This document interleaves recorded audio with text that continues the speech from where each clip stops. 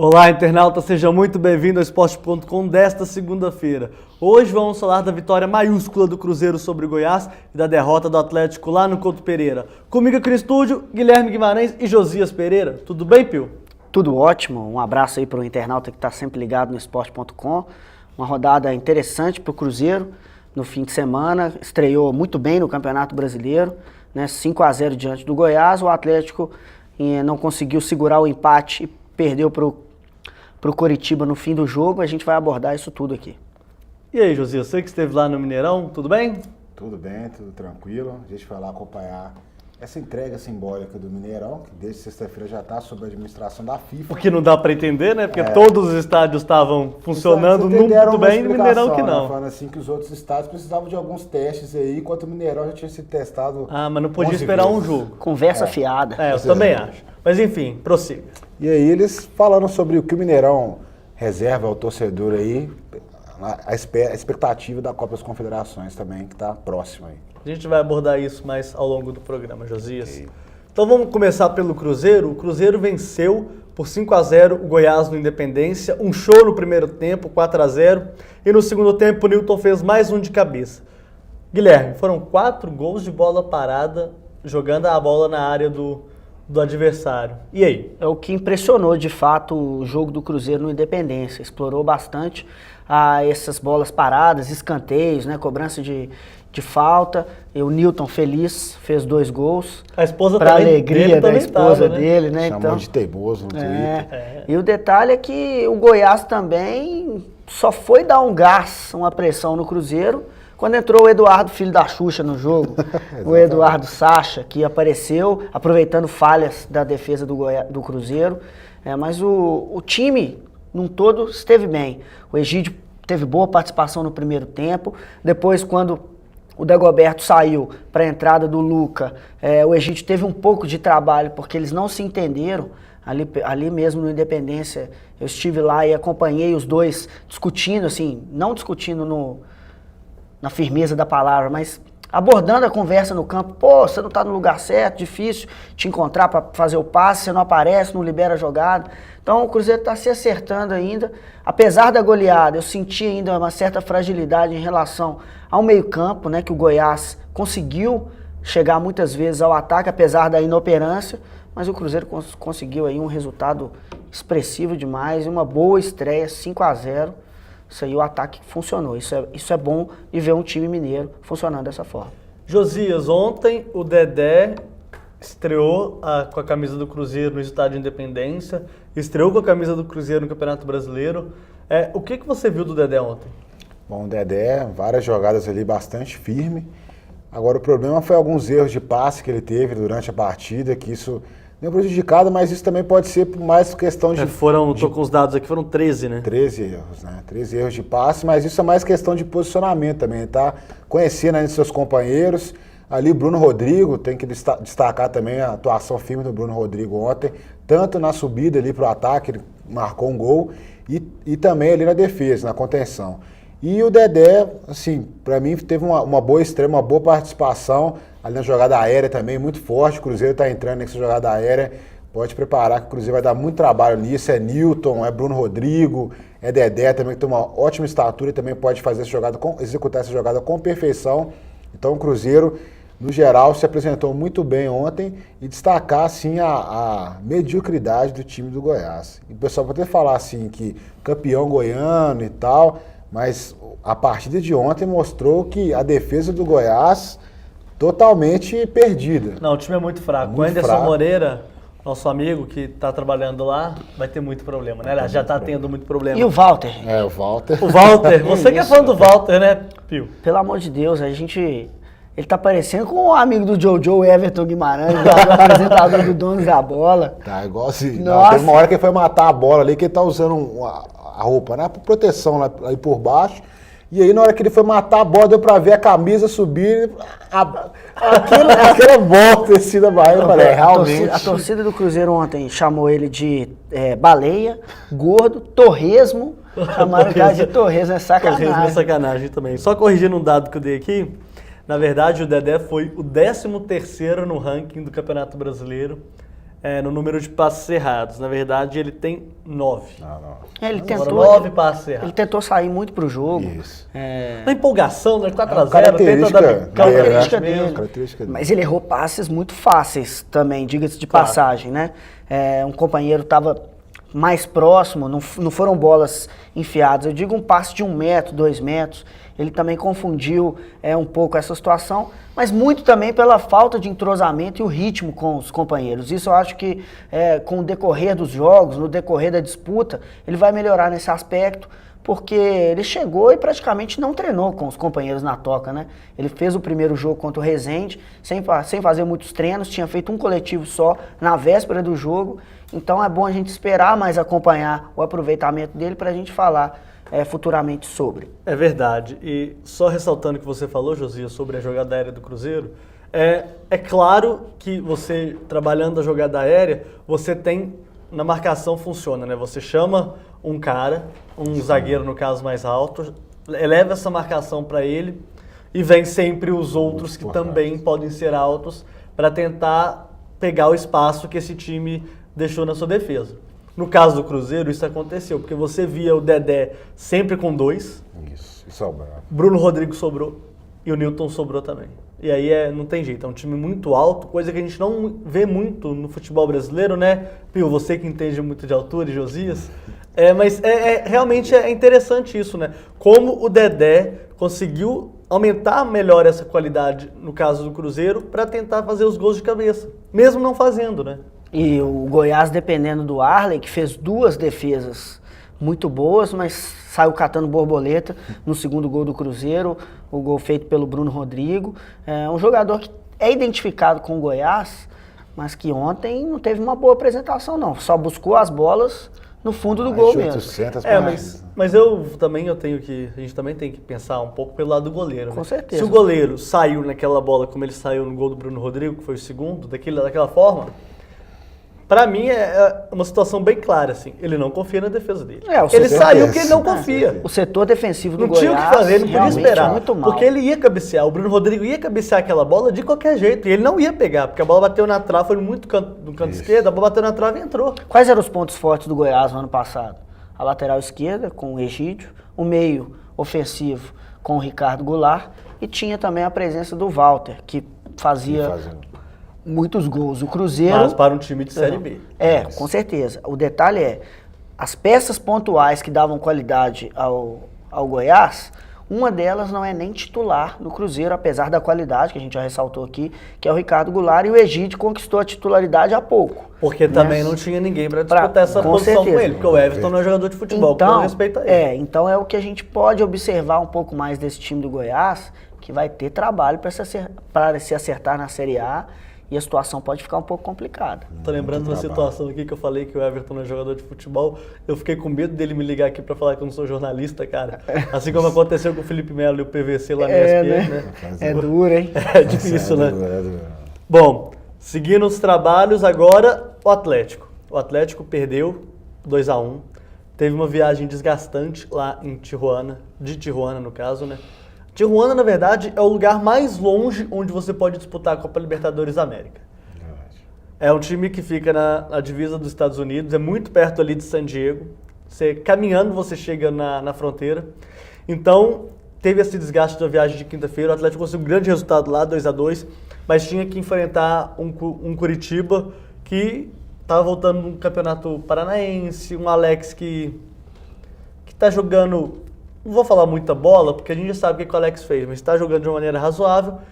E tem eliminação na Copa do Brasil. Tem eliminação na Copa do Brasil que pesou muito. Para quem não sabe, o Curitiba perdeu para o Nacional de 4-1 lá em Manaus e ganhou apenas de 1-0 lá no Couto Pereira. E aí, no placar agregado 4-2, saiu da Copa do Brasil. Mas é importante ressaltar que o Atlético teve essa viagem desgastante e não conseguiu o resultado. Aliás... Vamos falar bem da verdade, estava conseguindo o objetivo até os 46, 47 minutos, né, quando tomou o gol. Exatamente. Né, Josias? Foi uma situação, um lance, né, que o Lincoln acabou driblando ali, cruzando, e o Arthur, né? Tinha que também acabar de entrar, né? Acabar de entrar os dois, né, na verdade. O Lincoln substituiu o Alex, né, e o Arthur também tinha entrado. Foi lá e marcou o gol da vitória do Curitiba. Uma situação que o Cuca lamentou bastante os jogadores, porque o empate pro Atlético ali estava de bom tamanho, uma O estreia. empate contra o Curitiba, em Coutinho. qualquer circunstância, lá no Couto Pereira, é digna de aplauso, que é muito difícil jogar naquele estádio. Verdade. E aí foi esse lance aí que acabou determinando essa derrota do Atlético. Os jogadores, após a partida ali, comentando, né, sobre o desgaste mesmo dessa viagem, que com certeza detona o jogador. Uma viagem dessa para jogar 19 horas de voo. 19 horas de voo, indo jogar em Curitiba para a estreia do Brasileiro, o Cuca jogando com um time mais ou menos misto ali, né? Alguns que não foi tão misto não assim, foi igual tão a gente misto, esperava. 3 jogadores, né? 3 jogadores. E aí, agora a gente tem que destacar algumas situações do Atlético, né? Alguns jogadores que a torcida está na bronca. Primeiro que no lateral ontem, esquerda. Carlos César, né? Lateral direita, Carlos Lateral direita, Carlos César, né? Que pelo amor de Deus, no Carlos César. O não gol tem- saiu nas costas do lateral esquerdo do Atlético. Júnior César. Júnior César. O Júnior César e Carlos César, né? Que O César, né? O César. O Sidão tá aqui da gente, mas pelo amor de Deus, os caras deixaram Não, os deixa a laterais de desejar. Curitiba. E depois, nós tivemos ainda a entrada muito sonolenta do Guilherme, que mais uma vez, não, o Guilherme não dá pra aqui, entender, não dá o pra Guilherme entender o aqui. Guilherme, Não, mas é o Guilherme, é o estilo de jogo do Guilherme. Se você for Ele colocar- tentando marcar no segundo gol, você viu essa situação aí? O detalhe que chama a atenção também é que o Atlético conseguiu um bom resultado, porque ele abriu o placar. Verdade, O Tardelli Tardelli. fez uma cobrança de Vale falta pro meio da ressaltar que área. o gol do Atlético também Foi achado. aconteceu assim, né? A gente pode dizer que foi achado porque o goleiro Vanderlei também deu uma contribuição Nossa. É enorme. fenômena, né, pro gol. Mas o Atlético conseguiu sair na frente, méritos do Atlético. Depois o Luan ainda perdeu uma boa chance para também fazer um segundo gol do Atlético que não saiu. E o Curitiba aproveitou dos erros. O David subiu muito bem de cabeça. Que gol bem Marcou- trabalhado, né? Um foi uma cruzamento. bela jogada. David E depois viu. o Arthur, como o Josias bem ressaltou, aí já não dava tempo para mais nada, né? Foi fazer o gol e o juiz pedia a bola para acabar o jogo. Diga-se, o gol não foi achado, né? O Curitiba estava pressionando e já merecia o gol da vitória quando aconteceu o gol do Curitiba. Eu vou pedir para o Fausto rodar a rodada e a tabela de classificação. Tá aí a primeira rodada, os resultados. Campeonato Brasileiro começou no dia 25 de maio com uma vitória do Vasco da Gama sobre a Portuguesa, o duelo luso, né, do Campeonato Brasileiro, 1-0. O Vitória Internacional 2-2 na Arena Fonte Nova. O Vitória abriu o marcador 2-0 e o Internacional foi buscar. O primo do Messi primo deixou do sua, Messi, sua deixou marca. sua marca. Falei dele aqui, né? Você lembra? Com passe de escudeiro. Ó, difícil, que né? dupla, hein? Que dupla que dá lá. Né? Corinthians e Botafogo fizeram um jogo chato lá no Pacaembu, 1-1. E aí os jogos de domingo, Grêmio 2-0 no Náutico, o jogo foi em Caxias. A Ponte Preta não suportou a pressão do São Paulo e perdeu por 2-0, lá no Moisés Zucarelli. No jogo de 7 milhões de reais. O jogo de 7 milhões de reais que não valeu nenhum, né? Tô brincando, a despedida do Neymar foi muito legal, 0-0. E que estádio é o estádio Mané Garrincha, né? Daqui a pouco a gente vai falar sobre isso com o nosso setorista aqui de Copa do Mundo. Problema. Criciúma 3-1 no Bahia, muito bom jogo. Cruzeiro atropelando o Goiás 5-0. Curitiba 2-1 no Atlético. E o Fluminense, com seu time de reservas, ganhou de 2-1 do Atlético Paranaense, que também não se encontra.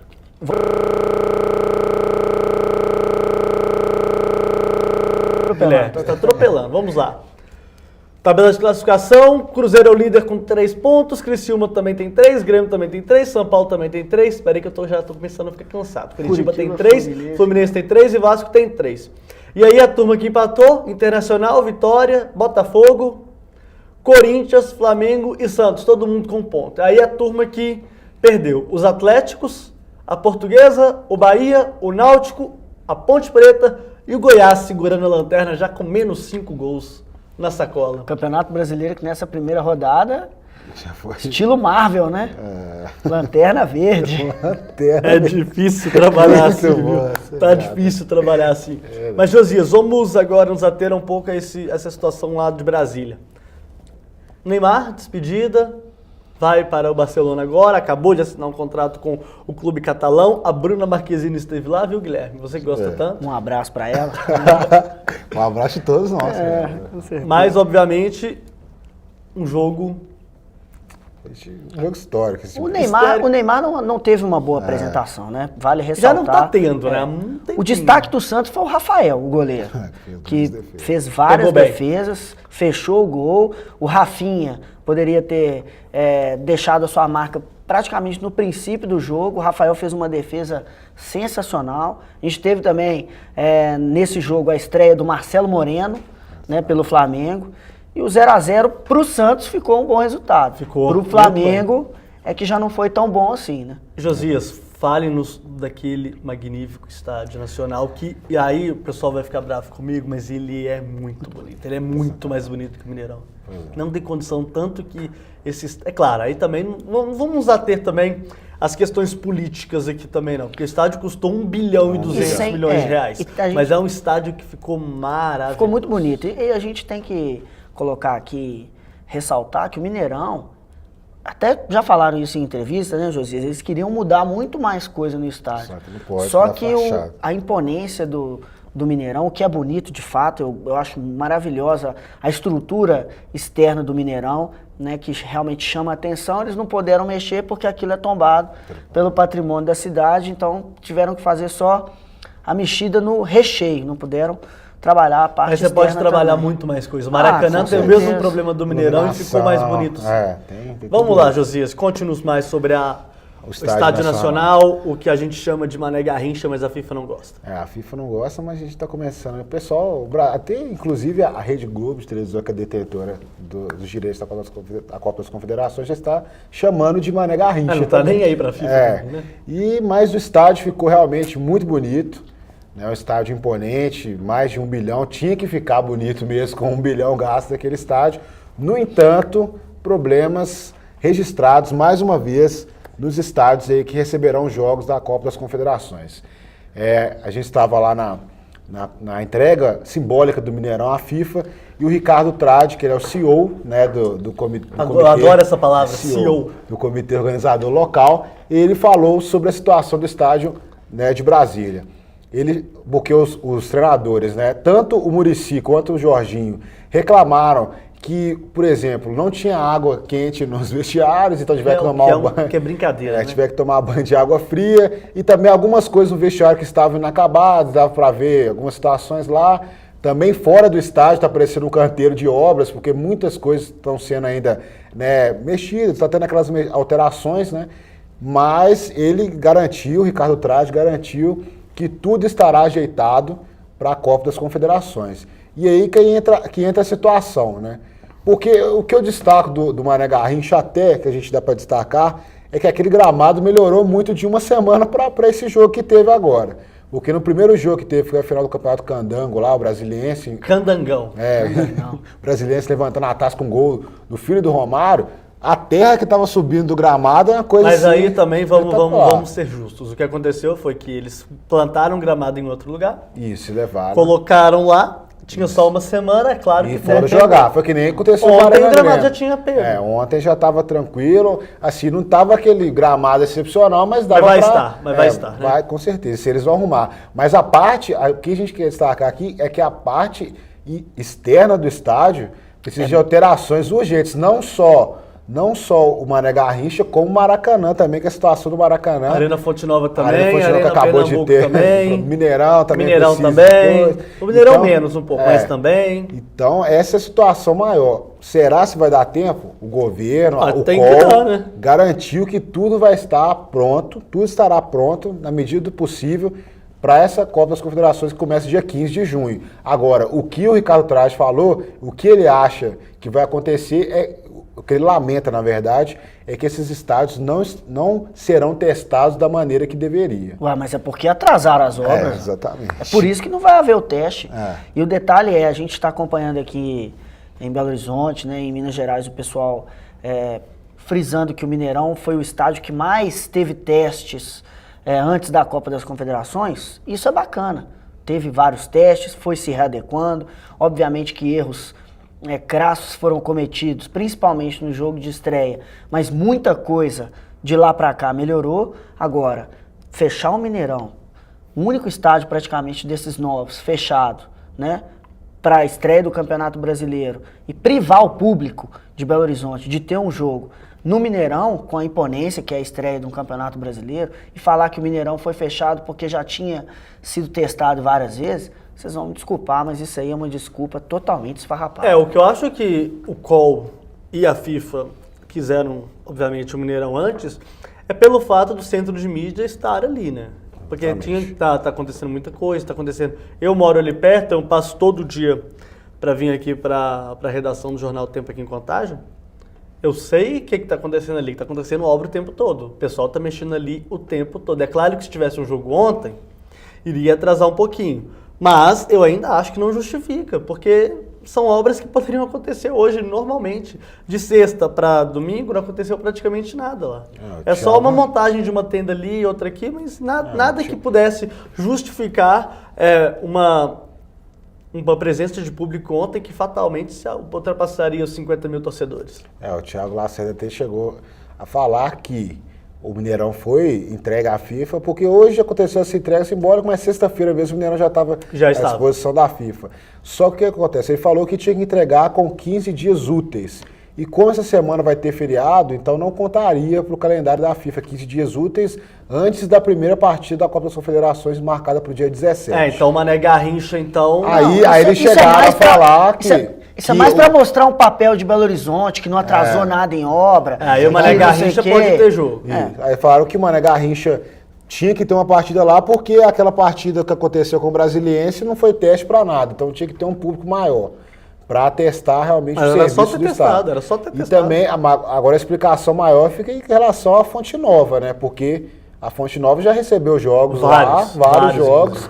E foi usado no sábado. Aliás, Bavis, inclusive, foram 3, né? Foram 3. Mineiro, Cruzeiro, Atlético só foram 2. Inclusive, o gramado foi testado para objetos... E a Cachirola já proibiram no Maracanã, já. Não só a bola rolou no gramado. A Cachirola foi proibida em todos os não pode, graças a Deus. Caxias, não sei por que inventam essas coisas, sabe? Copiar, que isso, bobagem. O pessoal da África do Sul não tem tradição de gritar no estádio de futebol, poxa, com todo respeito, problema deles. E aquele barulho que fazia durante a... Não dá, né? Gente, então, fica aí, já pode anotar aí, Caxias não rola, beleza? É isso aí. Pô, vamos seguir aqui os trabalhos, né? Vamos falar um pouquinho de futebol internacional, entrando aqui um pouco pelo Super FC, pelo mundo. Eu tenho 3 destaques rápidos para fazer. Primeiro, Champions League, o óbvio aconteceu, o Bayern de Munique é mais time que o Borussia Dortmund e levou a conquista após um gol aos 42 do Robin, não é isso, Josias? Você que é um ilustre torcedor do Borussia Dortmund, não sei nem como você consegue dizer até em homenagem. Homenagem ao mas...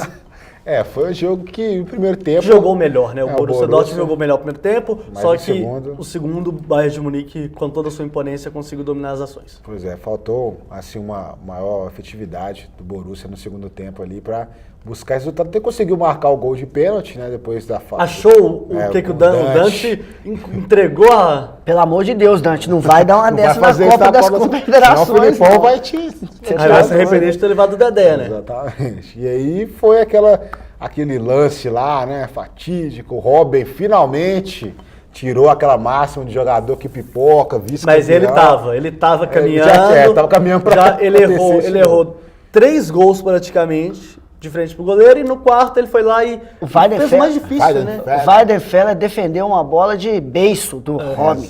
Na câmera lenta, ele ficou balançando assim, um lance impressionante, uma grande defesa. Destaque para a atuação dos 2 goleiros, porque o Neuer também pega demais, né? O Neuer hoje é o melhor goleiro do mundo, na minha opinião. Concordo. Disparado. E agora fica a situação, Lewandowski, que parece que tá indo realmente para... Dizem que já fechou, né? Pro Borussia. Pro Bayern, quer dizer... E aí, o Götze também já tá lá. Mário Götze já está. E aí, o Guardiola vai ter em mãos um time para bater ótimo time, com o Barcelona agora. E o futebol alemão tá em evidência, em destaque, obviamente porque os 2 times chegaram à final do torneio mais glamuroso aí, digamos, do futebol mundial, né? Tirando Copas do Mundo e tal, torneios de clubes, entre clubes, né? De clubes. Torneio de clubes, e o futebol alemão tá em total evidência. Tirando que a base da seleção alemã se dá dos 2 times, né? Aliás, são 3 times que dá a base da seleção alemã. Bayern de Munique, Real Madrid e Borussia Dortmund. Falando agora da Copa da Itália, a Lazio conseguiu vencer a Roma num clássico... Eu gosto nem de falar coisas grandes assim, mas é um clássico que dá arrepio de ver. É pela primeira vez na história, estádio dividido. Não é como aqui Cruzeiro Atlético, que eles normalmente faziam, que era dividir o estádio a meio. Lá aconteceu pela primeira vez, foi o jogo mais importante da história dos 2 clubes. E a Lazio conseguiu um gol com o Lutite no segundo tempo e conseguiu conquistar a Copa da Itália pela 6ª vez na sua história. Foi um grande jogo, realmente, a Lazio, que é feliz, né, com a vitória da Lazio. Muito bem, jogamos muito bem. Quando eu tô bem. triste aí com o Borussia, tem gente que tá feliz. É assim, o futebol é assim. E teve uma frase célebre que o pessoal aqui de Minas Gerais gosta de usar, né, que funcionou muito bem. Mas pena que não foi pro América daqui, né? O Acredita América funcionou pro América do México. Que jogo espetacular. O pessoal da ESPN gosta de falar tequilão. Tequilão. O tequilão.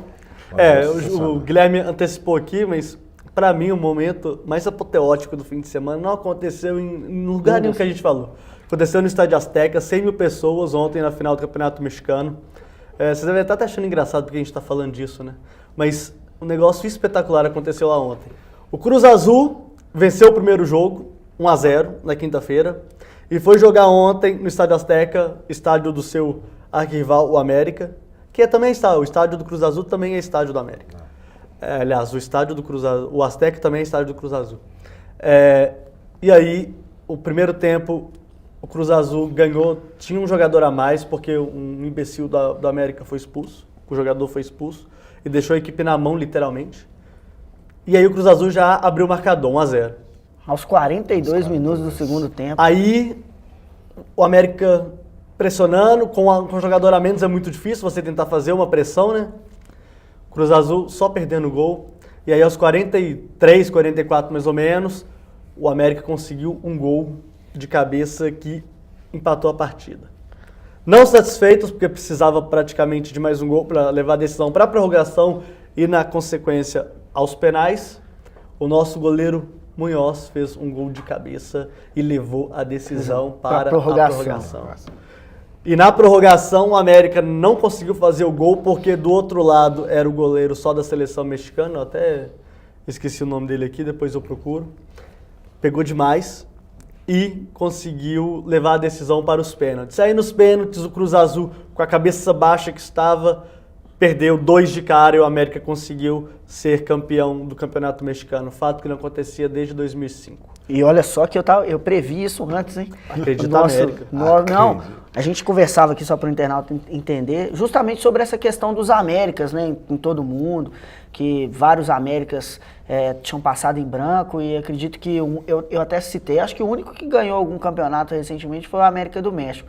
Mas aí a gente você fez a pesquisa e tal, viu que de fato o América do México tinha conquistado o título, o último em 2005, então aí funcionei como o Pio Diná e ajudei o América do México. Ajudei o América do México. Mas foi um jogaço. Quem gosta de futebol pode procurar esse jogo no YouTube, o lance no YouTube, o jogo nas reprises da ESPN. Também. Sensacional, vejam, fenômeno. Porque foi um momento assim que, pra quem gosta de futebol, né, Josias? De encher os olhos, de arrepiar mesmo, coisa que não acontece todos os dias no futebol. Para quem gosta de Liga dos Campeões, foi mais ou menos o Málaga e Borussia Dortmund, só que com gol de goleiro. Aí vocês já imaginem como é que foi. Falar de UFC rapidinho, Josias, o nosso pezão Bigfoot tomou uma lenhada do Caim Velasquez, né? Não conseguiu, né? A gente colocou lá, ele não aguentou. Ele não aguentou. É o Corona, o goleiro. Corona, o nome da cerveja, tá, gente? E aí o Pezão, infelizmente, a gente pensou que o Pezão ia dar um trabalho pro Velasquez, né? Por tudo que ele já tinha feito já, né, no UFC nas lutas passadas, mas quando chegou a hora da verdade, o Velasquez foi lá. Não deu cheiro, né? O Velasquez não perdoou, mandou pro chão mesmo, um pouco mais de 1 minuto de luta no primeiro round, já deu adeus. Inclusive o Pezão até reclamou do Mário Yamazaki, que é o juiz brasileiro, que é o árbitro brasileiro do UFC, que paralisou não, né? Deu por encerrada a luta, né? Dando a vitória pro Velasquez, pro nocaute técnico. Agora, tem uma coisa que a gente tem que destacar, o Yamazaki, ele não gosta muito de ver o sangue sair no UFC, não. Ele, pra quem não sabe, é aquele rapaz assim, japonês que faz assim, antes coração, Alexandre Pata, né, pra Stephanie Brita, E se ele sempre o histórico dele é disso, quando ele vê que o cara já tá no chão e vai começar a apanhar a mesa, ele já chega lá Mas a luta ia acabar com 5 segundos mais de porrada, com 6, com 7, ia acabar. Ia acabar. E aí também, outro destaque, o Cigano, né, conseguindo a vitória. O Mark Hunt, pelo amor de Deus, é quase o Walter. O Walter do UFC. Pra quem gosta de rugby, ver o Mark Hunt jogar, lembra aqueles hookers lá atrás. Não, mas esse Mark Hunt tem um martelo na mão. O cara tem...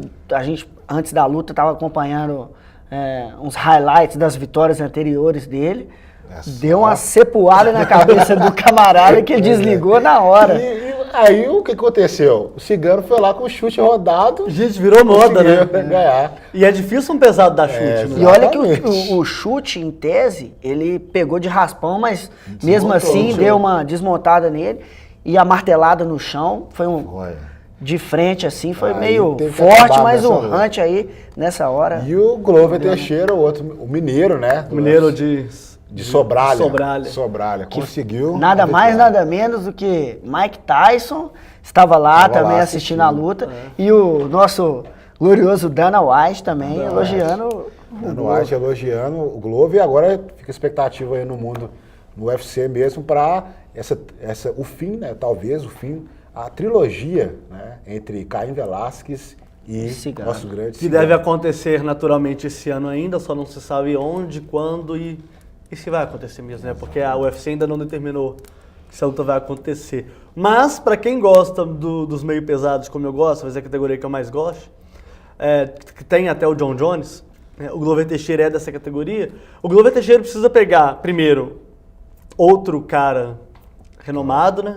Pegar talvez o Dragão Lioto, talvez pegar um Minotouro, ou Minotauro, não sei. Tem que pegar um desses caras pra ir o Dana White virar e falar assim, esse cara pode tentar alguma situação contra o John Jones. Porque hoje ganhar do John Jones é um trem... É o que eu achei no caso do Pezão. Eu acho que foi temerária a luta dele, já logo assim de cara com Mas é porque você tinha que... ele é um dos 5 do ranking. Sim. Ele tinha que ter... A vez era realmente dele. Agora, se ele é bom o suficiente para pegar o Velasquez ou não, aí... Não é nem questão da qualidade. Então não devia nem estar lá. Não é questão nem da qualidade, é questão da tarimba mesmo, né? Ele estava animado pelos resultados recentes dele, se não me engano foram 11 vitórias nas últimas lutas, e então, ok, nessa questão da porque não tinha outro para colocar também, tinha que colocar o cinturão do Velasquez para...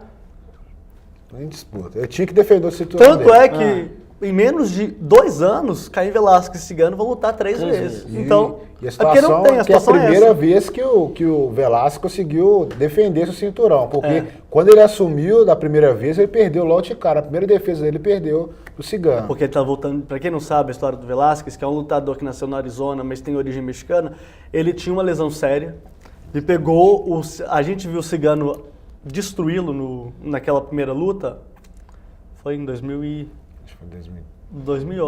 né? 2010. Foi em 2010. Caim Velasquez foi arrasado pelo Cigano, assim, rapidinho, o Cigano foi lá, tchum, e tchau. E aí, na segunda luta, a gente viu como é que era a situação, né? Ele foi destruído, o Cigano. Aí o Cigano entrou sem foco, eu nunca vi o Cigano tão sem foco assim na carreira. Justificou que ele tinha terminado com a esposa dele, né? Que tava abalado psicologicamente. Perdeu. Aí vamos ter essa terceira luta que a gente não sabe, como eu falei, como a gente não sabe quando, onde e se realmente vai acontecer, se, por exemplo, alguém não seja pulado na frente do Cigano, mas é muito difícil. Essa luta praticamente está decidida pelo Dana White. Até porque o Dana White já tinha falado isso, né? Que seria uma disputa. Ele não quer confirmar ainda, né? Talvez ele esteja esperando mais algumas semaninhas aí para divulgar essa oficial. Então, antes de encerrar, vamos falar um pouco de automobilismo, coisa rápida. Rosberg venceu o GP de Mônaco, ponta a ponta, Mônaco, mesma coisa, largou na frente, terminou na frente, não tem jeito. Déjà vu do Massa.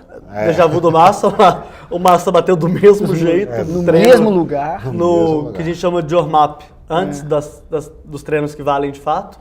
E Tony Kanaan venceu as 500 milhas de Indianápolis de uma maneira sensacional. Tomou um banho de leite. Um banho de leite e foi assim, acidente... Na hora que aconteceu o acidente, ele sumiu a ponta e acabou. A corrida. Sensacional. Foi sensacional. Ele só esperou o momento, conseguiu fazer o que era importante. Estava no lugar certo, na hora certa. Mas aí ele teria mais duas voltas ainda para que ele estava disputando. Porque ali o que aconteceu foi que o Hunter Ray errou, o Munhoz passou o Hunter Ray, E aí, cara, eles vão ficar trocando, né? Porque Isso, quem que não tá familiarizado com corrida oval, é você pega o vácuo, ultrapassa, aí fica atrás. Aí pega o vácuo, até chegar ao ponto que você tem que falar assim, aqui é meu e já era. Aqui já era. Aí o Tony Kanaan teve acidente, teve bandeira amarela, última volta com bandeira branca, vitória Tony Kanaan, primeira na carreira, parabéns Tony, você merece tudo de bom mesmo. Então é isso, gostaria de agradecer aqui a participação do Guilherme Pio Guimarães e do Josias Pereira. Obrigado, Guilherme, mais uma vez aqui comigo. Obrigado, sempre é uma satisfação participar, né? Hoje um pouquinho mais humorado com as piadinhas, mais com a seriedade do assunto do futebol, do esporte, como sempre. Um abraço pro Josias, pro internauta que está em casa e para você também, Leandro. Agora despedindo também, um abraço a vocês, internautas. Queria agradecer muito também participar aqui e também mandar um abraço pro Fernando Almeida, que eu já fiquei sabendo que ele dando umas brincadeirinhas aí no Super UFC pelo mundo. Ele, mais uma vez, garoto delícia cremosa da semana passada, ele e Daniel Roth, repórteres aqui do Super UFC, dando uma brincadinha ali, diversão, né?